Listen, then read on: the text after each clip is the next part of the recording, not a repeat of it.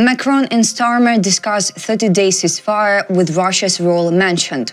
Explosions in Moscow and regions, over 100 drones strike Russia, Carpet plan declared. And how Polish president calls on Trump to force Putin to end war. The latest news next. On Monday, UK Prime Minister Keir Starmer held a phone conversation with French President Emmanuel Macron.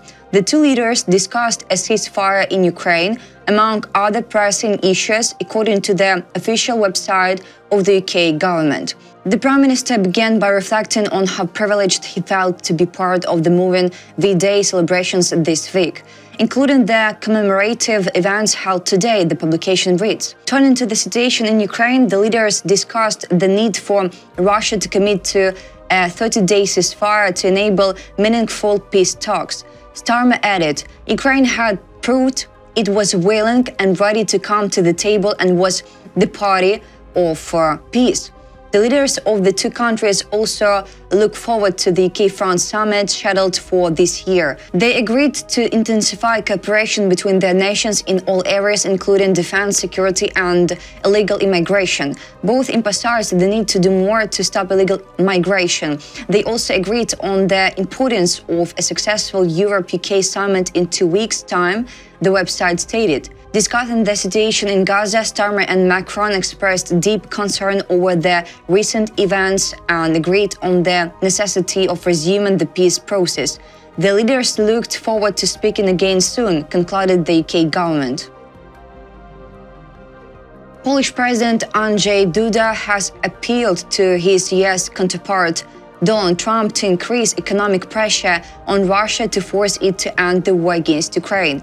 He believes Trump is the only person capable of making Putin come to the negotiating table. Duda, in an interview with the Axel Springer Global Reporters Network, as reported by Politico. About details, Duda stated on Monday, the 5th of May, that the US has tools at its disposal that can effectively influence the Kremlin. He believes only Trump has real leverage over Russian dictator Vladimir Putin. America can use various economic instruments to force Russia to respect certain actions.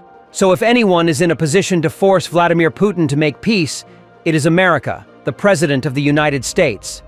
Duda emphasized that Trump had seen the reality after his latest discussions with Putin and has the right tools to block Putin's fundamental interests. The President of the United States has the means at his disposal to force Russia to comply. Some of these means may be very radical, very harsh, I believe, especially various economic instruments.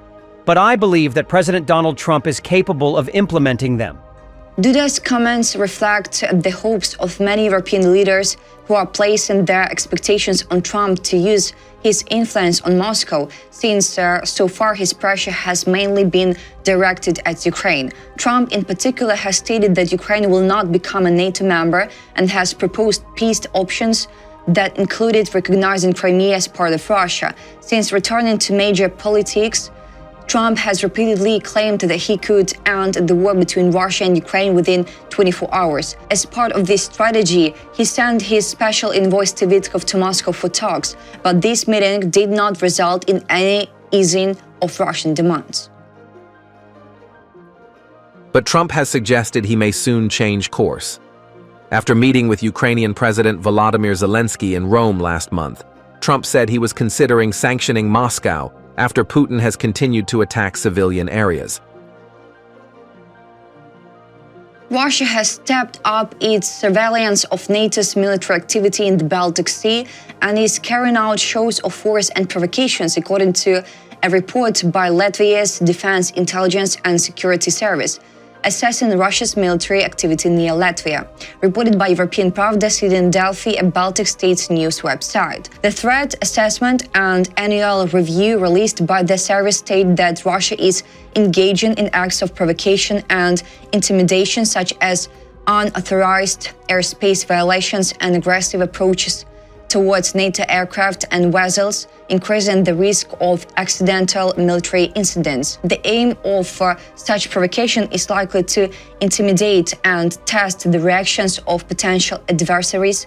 At the same time, the report notes that attempts to discredit regional states and undermine their defense capabilities cannot be ruled out. Latvian intelligence reports that in 2024, as part of a reform of Russia's armed forces, the Western Military District, which borders Latvia, was reorganized into the newly formed Leningrad and Moscow military districts.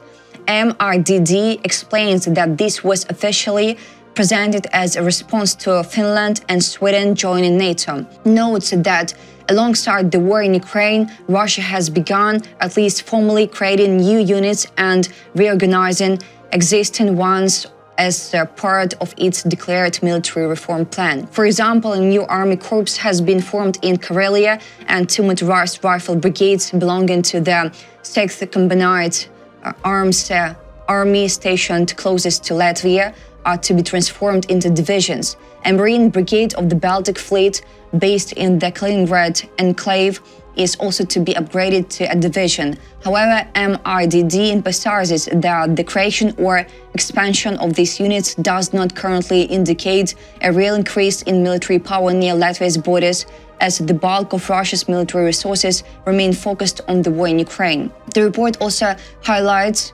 that since the start of Russia's full-scale invasion of Ukraine, the Russian armed forces have faced limitations not only in strategic exercises but also in operational tactical drills, likely due to shortages of personnel and equipment. Russia and Belarus are expected to hold joint strategic drills called Zapad 2025 later this year, primarily on Belarusian territory. However, the scale and scope of the exercises will largely depend on the course of Russia's war against Ukraine. At the same time, the intelligence service stresses that under current conditions, Russia lacks the capability to launch another full-scale strategic land operation. On the night of Tuesday, May 6, 100 unidentified drones attacked the territory of the Russian Federation.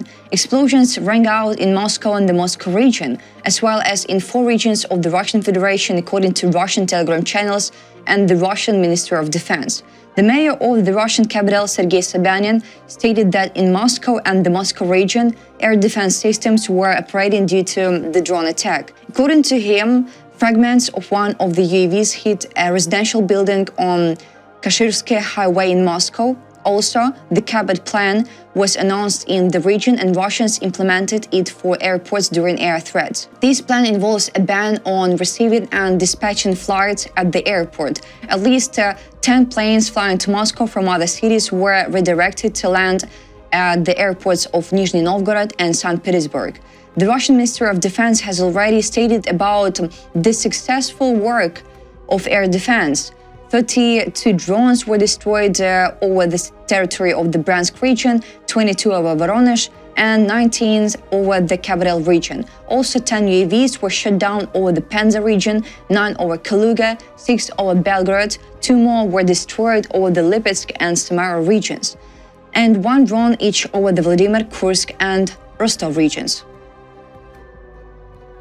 That's all for today. Thanks for watching this video. Like and subscribe.